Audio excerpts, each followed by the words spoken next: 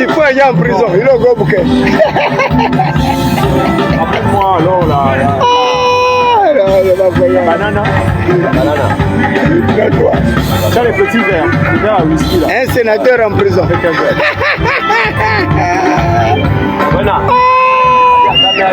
La virtuosité de la 5e République. Un sénateur en prison. Je leur ai expliqué tous les sénateurs, ils m'ont fait écouter. Il prend un avocat, un autre marmailleur. Oh, l'exception, l'immunité. Alors qu'il y avait tout déblayé, avec tous les aspects juridiques. Oh, on a fait les études, vous avez fait quel genre d'études? Il y a des blagues, il y a des présidents. Vous ne pouvez pas. Un maître Moubembe, il est venu même encore gaspiller toute la procédure. Maître Moubembe, c'est le politique, c'est un politicien, il ne peut pas. C'est fini, Chiffon va rester là-bas, c'est terminé. Ils vont lui manger tout son argent. Non, mais bon, mais on doit être content à l'heure actuelle. Il doit se rejoindre. Content? Oui, maman. Ouais, c'est le verre de ton nom. Bon, mais on doit être content. Ça, c'est triste, quoi. C'est triste. Un député, un sénateur en prison. Avec les immunités, l'immunité pénale, l'immunité juridictionnelle. Il n'a plus de défenseurs. Les directeurs de cabinet ont disparu, les conseillers ont disparu, les conseillers juridiques, là jusqu'au conseil juridique ont disparu, les chargés d'études, les chargés de mission. C'est maintenant un menu frétin, David Mbelakoma, qui n'a jamais été dans son cabinet, qui ne le connaît pas, qui n'est pas son ami, qui n'a jamais mangé ses 10 francs, ses 5 francs.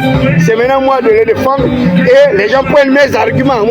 Mes arguments à moi, qui veulent transformer en arguments juridiques, alors que mes arguments sont les arguments juridiques. Ils viennent même emprunter la jurisprudence que j'avais développée.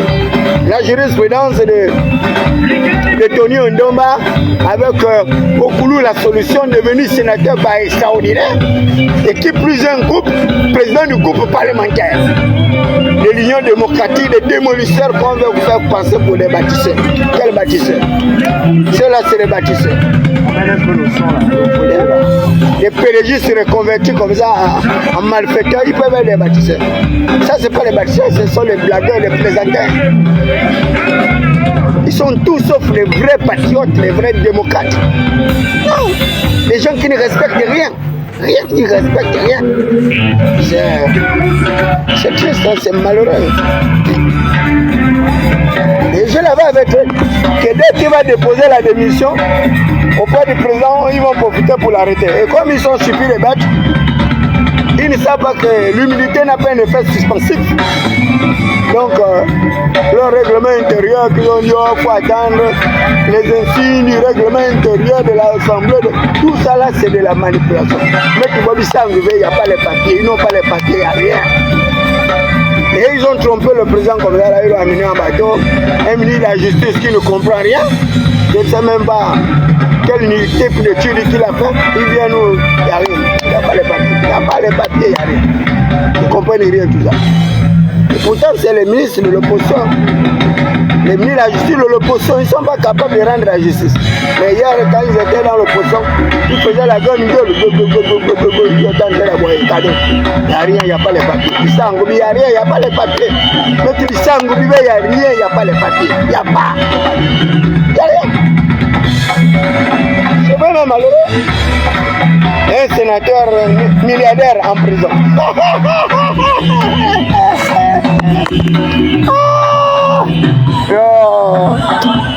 Mais tu chambres la bisango bibi, vraiment c'est pas croyable. Chambre la bisango bibi, les papiers. Les papiers. Si tu as un papa qui refuse de te payer l'école, c'est un sorcier. Si tu as un père, une mère qui refuse de te payer l'école, ce sont eux les sorciers. C'est eux les sorciers. Parce que l'école, l'instruction, la connaissance, mon ami, même si tu n'as rien, les gens te respectent. Même si tu n'as rien, les gens te respectent.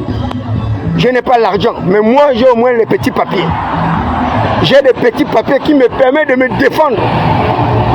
Et je l'avais dit, tout ce qui arrive à Chiffon, je l'avais prédit. J'ai dit, ils vont attendre, dès que tu vas déposer ta démission auprès du président, le même jour, ils vont te mettre en prison. Et comme ils sont stupides et bêtes, parce que ce sont des automates. Ce sont des automates. Et ce sont des êtres qui n'obéissent qu'aux ordres. Parce qu'ils pensent que c'est un régime militaire. Mais ils ne comprennent même pas que c'est l'État. Nous sommes dans une forme achevée de pouvoir politique. Donc l'État, ils ne savent pas que nous sommes une institution. Ils sont...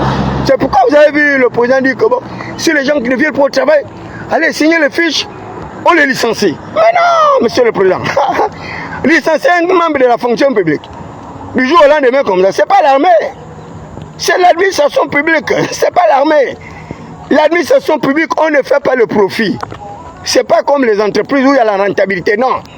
Le service public est gratuit. Il n'y a pas l'argent dans l'administration. On ne gagne pas l'argent là-bas. mais ils ne connaissent rien de tout ça.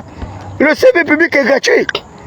Dès lors qu'il y a la suspension des actes administratifs. La suspension des actes administratifs. Mais la fonction publique ne travaille pas. Vous allez trouver les gens. Le ministre démissionnaire a un cabinet qui a été nommé par décret présidentiel. On vient dire oh non, le président a pris un décret de suspension du cabinet des ministres. Mais vous êtes des plaisantins. Vous êtes toujours dans la manipulation. Vous continuez à tromper le président. Le président n'a pas à prendre une mesure suspensive pendant un décret présidentiel. Pendant un conseil des ministres. Non. Les ministres sont suspendus. Mais automatiquement, le président devait prendre le décret. Non pas pour suspendre, mais pour annuler leur cabinet. Mais dès lors que leurs cabinets ne sont pas annulés, mais ils vont continuer à travailler. Ils vont rétrocéder les dossiers à l'autre ministre sur quelle base? Ils sont élus, ils ont été nommés par un décret présidentiel. Il y a le parallélisme de forme administrative. Le parallélisme de forme. C'est un décret qui annule un autre décret. Et là, vous avez un décret qui vient créer un effet suspensif sur un autre décret. C'est encore une autre manipulation. Et pourquoi ce sont les membres du cabinet du ministre de la fonction publique dont on a suspendu les fonctions alors qu'on aurait dû mettre fin à leurs fonctions, mettre fin aux fonctions de l'ensemble des cabinets des membres des ministres démissionnaires. Il y a encore une autre entourloupe, mais je ne vous dirai pas pourquoi. Je ne vous dirai pas pourquoi. Parce que le chef de l'État gagne du temps. Il gagne du temps. Et il y a toute une stratégie. Toute une stratégie derrière leur approche. Comme ce sont des gens irrésolublement irréfléchis. Parce qu'ils créent au chef de l'État de nouveaux opposants. Mais de nouveaux opposants encore plus farouches. Parce que les nouveaux opposants à Brice Koto Ligui-Nguema sont les êtres fortunés. C'est des opposants fortunés à l'avenir. Rien à voir avec les menus frétins et qui étaient là, des opposants qui avaient fait des crèves la faim. Là, l'opposition à venir, c'est une opposition fortunée. Vous avez l'Alain Kloudjebinzek, vous avez le Hondosa, vous avez le Frédéric Bongo, et là, ils ont mélangé Hervé Patrick Kopianga dedans, en volant son argent, en bloquant ses affaires, alors que voilà, un soutien qui aurait pu être une aile favorable pour Brice Koto Ligui-Nguema dans la relance de la croissance économique, dans la recherche de sources de financement du progrès et de la transformation des quartiers de nos villes et villages pour les transformer en pôle attractivement. Ils n'en sont pas capables. Là, ils ont l'opérateur économique Gervais Ngok, dont on aurait pu faire une référence dans l'interdiction justement de l'exportation des poulets de cherche. Mais ils vont aller donner ça à des expatriés. La gabonisation de l'emploi dans le secteur du transport, ils sont allés prendre un autre milliardaire malien qui nous a amené, soit dit, je ne sais pas le nombre de véhicules électriques. Dans un pays où les gens ont du mal à avoir accès à l'électricité. L'électricité, ils n'en sont pas capables de donner aux populations. Alors qu'on a l'électricité par le fait de la biomasse, par le fait de la poubelle. Voilà, la poubelle, Eric, lui aussi, il est devenu non plus un activiste du palais. Il est venu nous rejoindre maintenant dans le cas des activistes affamés. Des activistes à la faim. C'est dommage, c'est incroyable. Et les gens quittent comme ça d'un programme à un autre, avec une facilité déconcertante. Depuis quand Eric Otioti est devenu un activiste de la faim? Mais Eric Otioti, c'est un activiste du palais. C'est lui qui dit maintenant qu'il y a maintenant la poubelle au 12 et la poubelle a pollué l'air, il y a les risques de maladie. Ah, tiens! Eric Otioti. Oh, non. Non, mais c'est pas croyable. C'est pas croyable comment les gens peuvent tourner les vestes comme ça avec une facilité inimaginable. C'est pas croyable. Même la simple logique, les gens ne sont pas capables de l'accepter. Voilà un sénateur avec des immunités. Il n'y a plus de leader d'opinion, il n'y a plus de défenseurs des droits de l'homme, il n'y a plus personne. Et tous les amis de Chiffon ou Siphon qui ont mangé tout son argent au Cap Caravane, avec qui il faisait les fêtes chaque jour. Et machin, on a même cité une grande dame de la République. Secrétaire des ministères, que je ne voudrais pas citer le nom, pour ne pas lui faire... Vous savez, ces gens-là n'ont pas encore compris. La nocivité du régime politique qui arrive là n'épargnera personne. La nocivité du régime politique qui arrive là n'épargnera personne. Vous en serez les plus grandes victimes.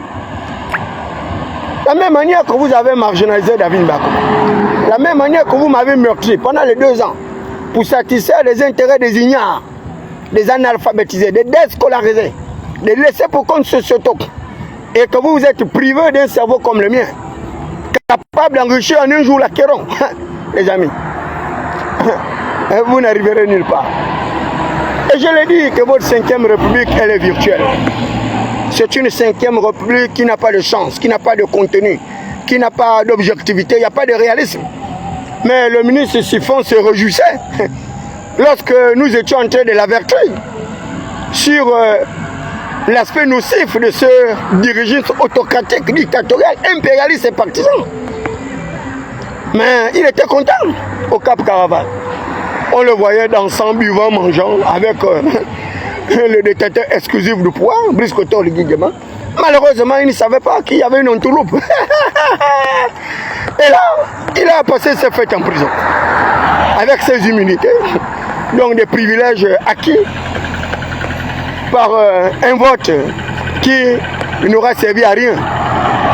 Donc, continuez à blaguer parce que vous êtes député, parce que vous êtes sénateur, mais je vous informe que à l'ère de la 5e République, vos immunités n'ont pas de valeur juridique.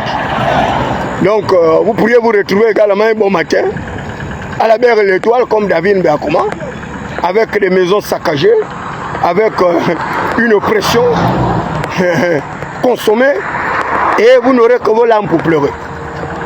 Et là, la famille du ministre Siphon est dans le désarroi.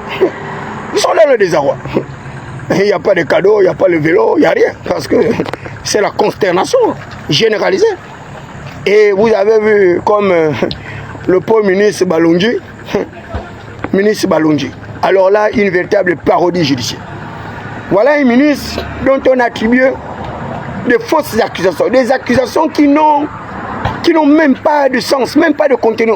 C'est à croire que le ministère public a même de véritables juristes. Parce que c'est un cours de première année, droit.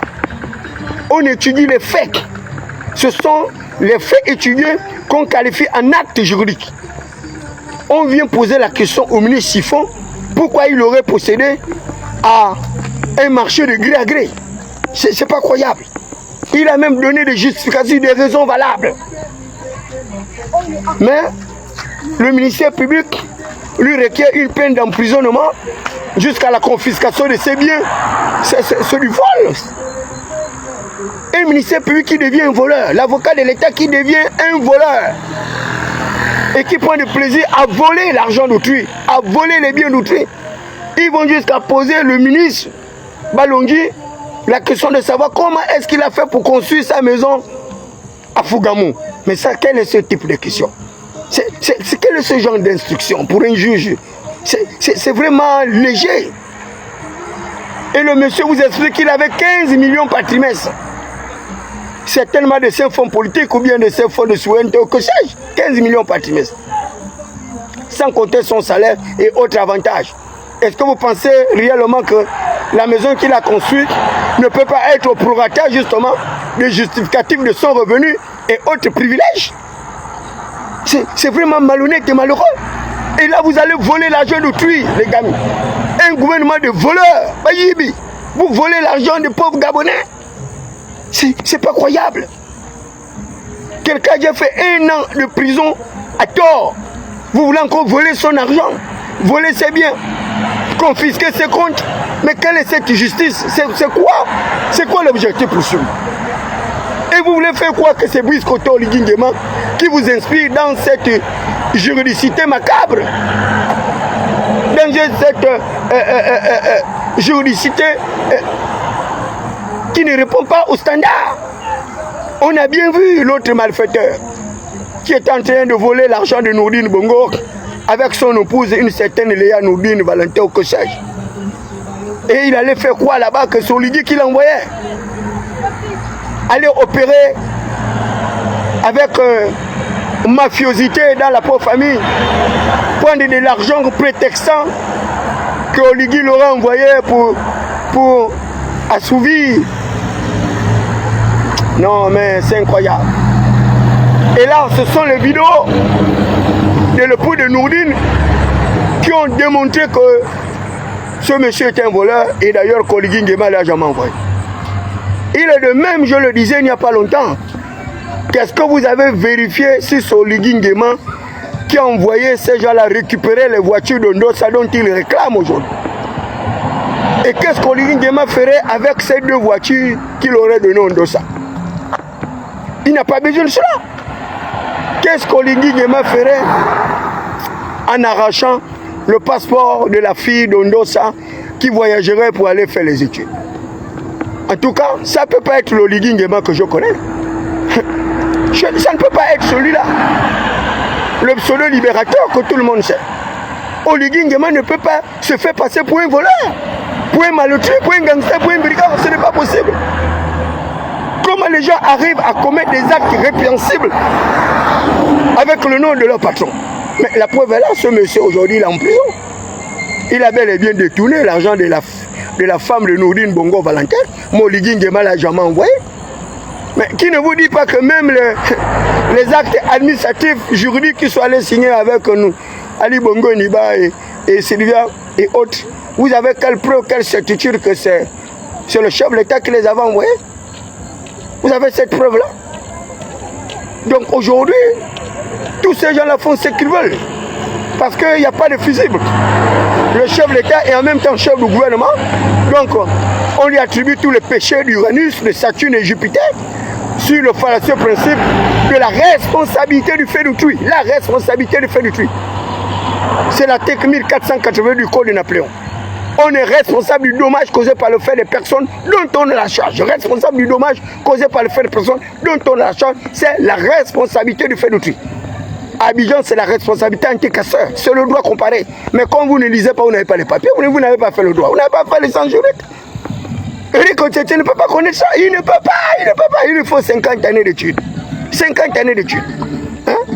Pour arriver au petit cerveau de moineau de mon fils qui vient de naître, parce que c'est la même génétique moléculaire, donc qui vient d'hériter de ma science, de ma conscience, de mon subconscient et même de mon inconscience.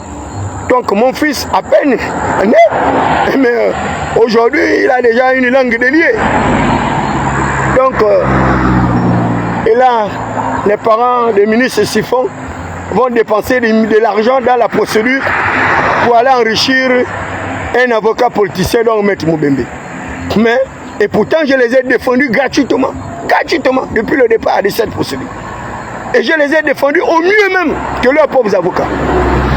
Et leurs pauvres avocats empruntent même mes arguments tirés du droit objectif. Trois sources, la loi, la coutume et la jurisprudence. La loi, la coutume et la jurisprudence. À travers une émission dénommée l'atmosphère, intervention chirurgicale, électorale et judiciaire. Intervention chirurgicale, électorale et judiciaire, à laquelle j'opère des opérations juridiques. Opérations juridiques. Et là, l'opération juridique du ministre Siphon, c'est n'est rien d'autre que l'abus du pouvoir. Le totalitarisme, l'absolutisme, l'abus du pouvoir. Donc, vous ayez une humilité ou pas, et bien, ces gens s'en fichent. Donc, on peut vous jeter en prison comme ça, et il n'y a personne pour défendre. Il n'y a que moi, David Mbako, qui soit capable de dire ce que je dis là. En toute inquiétude, parce que Brice Koto Oligui Nguema le sait, que David Mbako ne fait pas le kunabilis. Il ne fait pas le kunabilis. C'est impossible, c'est improbable. Et David Mbako ne fait que la défense. Les politiques de riposte de défense. La riposte graduelle, la politique de contentement, la politique d'endiguement. Voilà. Et là, je vais rentrer dans un autre registre. Parce que j'ai plusieurs personnalités politiques qui m'ont demandé pourquoi est-ce que je n'arrivais pas à intervenir sur le crime rituel. J'ai dit personnellement à ces gens que ça ne m'intéresse pas. Voilà, les crimes rituels n'intéressent que ceux-là qui sont dans les loges. Donc moi je ne suis pas un logiste, je ne suis pas franc-maçon, je ne suis pas rosicrucien, je ne suis pas pédé, je ne suis pas homosexuel, je ne suis pas un matérialiste, je ne suis pas un idéaliste. Donc je n'ai rien à voir avec la problématique sur les crimes rituels parce que les crimes rituels relèvent justement de ceux qui sont dans la fraternité, les fraternes, avec leur espèce de gourous qui sont venus de l'extérieur avec des rites et des pratiques sordides du vaudou, dont le voie nord qui a été rejeté en Égypte. C'est pourquoi la Bible dit malheur à ceux qui repartiront en Égypte. Malheur à eux, ceux-là qui repartiront en Égypte. Mais moi, un fils d'Isaacar comme moi, ben, la Bible est claire que la vie de la chair est dans le sang. La vie de la chair est dans le sang. C'est biblique. C'est biblique. Donc ces gens-là savent ce qu'ils tirent dans le sang. Mais le sang, c'est la vie. Le sang, c'est la vie. Et c'est pourquoi lorsque vous tombez malade et que vous avez un débit sanguin qui s'amenuise, mais on fait les transfusions sanguines. La transfusion sanguine. Parce que dans le sang, vous avez les plaquettes, vous avez les globules rouges, vous avez les globules blanches, vous avez les hématies, vous avez le sérum. Et parmi toute cette composition de leucocytes, de lymphocytes et autres, vous avez des organes de protection de votre système immunitaire. Le système immunitaire. C'est le sang qui arrive à protéger votre système immunitaire. Parce que votre sang, à travers le globule rouge, arrive justement à défendre contre les bactéries, contre les parasites, contre les microbes, contre les virus. Contre les virus, comme les IST et les MST. C'est la science, ce n'est pas la littérature. Et dès lors que ces gens sont conscients de la valeur de votre sang et que votre sang peut crier plus fort que le sang de Caïn, parce que le sang d'Abel, c'est le sang de la rédemption, c'est le sang justement du rajeunissement, c'est le sang de la sortie de l'enfer, du système carcéral dans lequel nous nous trouvons. Mais qu'est-ce que ces gens font? Mais ils payent les chasseurs. Ils ont des banques de données, des conservateurs, des hypothèques. Parce qu'ils le savent qu'ils font des transplantations. Si on peut transfuser un cœur, on peut transfuser un rein, on peut transfuser un organe. Mais ils font quoi? Il y a la banque des organes, comme il y a la banque du sang. Vous allez à l'hôpital général, il y a la banque du sang.